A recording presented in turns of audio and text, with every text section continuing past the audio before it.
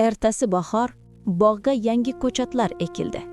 Har bir ko'chat yoniga kichkina taxta qo'yildi. Unda baland gaplar yo'q edi, faqat bitta savol yozilgan edi.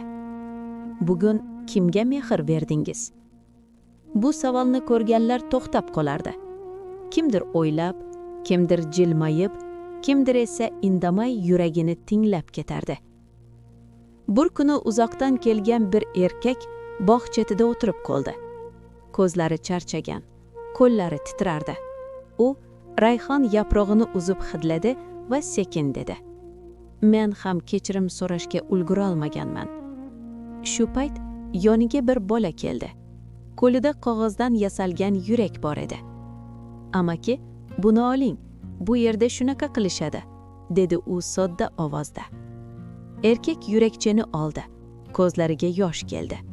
U birinchi marta yengil tortdi. Xayriya markazida esa hayot davom etardi. Choy qaynardi, so'zlar oqardi, dardlar yengillashardi. Ba'zan sukut ham davolardi. Chunki u yerda hech kim shoshilmasdi. Hamma bir-birini eshitardi.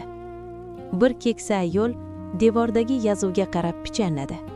"Saida, sen ketmabsan ekan." Go'yo javob bo'lgandek derazadan rayhon hidi kirib keldi. Shundan keyin odamlar Saida ismini kamroq tilga ola boshlashdi, lekin uning qilgan ishlarini ko'proq qilishdi. Mehrni baland aytishmasdi, yashashardi. Va shahar asta-sekin o'zgardi. Katta shovqin bilan emas, sezilmay, yurakdan yurakka.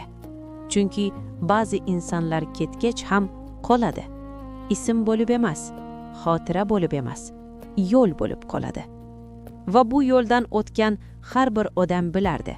Saida hikoyasi tugamagan. U har bir yaxshilik bilan yana bir bor boshlanardi. Bir tong bog'da quyosh odatdagidan iliqroq chiqdi. Rayhon yaproqlarida shabnam jimirlab turardi. Odamlar kelishdi, o'tishdi, ammo bu safar shoshilmadilar. Go'yo har kim yuragida bitta gapni bilardi. Bu yer faqat joy emas, bu mehrning uyidir. Xayriya markazi eshigi ochiq qoldi. Ichkarida hech kim yo'q edi, lekin iliqlik bor edi. Choy hidida, devorlardagi sukutda, kutib turgan stullarda.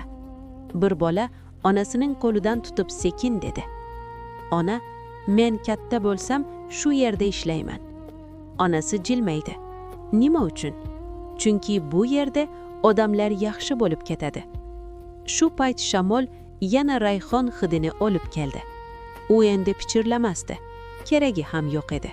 Hammasi allaqachon aytilgan edi. Saida endi ism emasdi. U qo'rquv o'rniga sabr bo'ldi. Yolg'izlik o'rniga mehr bo'ldi. Sukut o'rniga umid bo'ldi. Va odamlar tushundilar. Ba'zi hikoyalar ko'z yoshlari bilan tugamaydi. Ular yurak tinchligi bilan yakunlanadi. Bog' yashnab qoldi. Insonlar o'zgarib qoldi. Hikoya esa chiroyli yakun topdi. Chunki mehr topilgan joyda oxir ham nurli bo'ladi.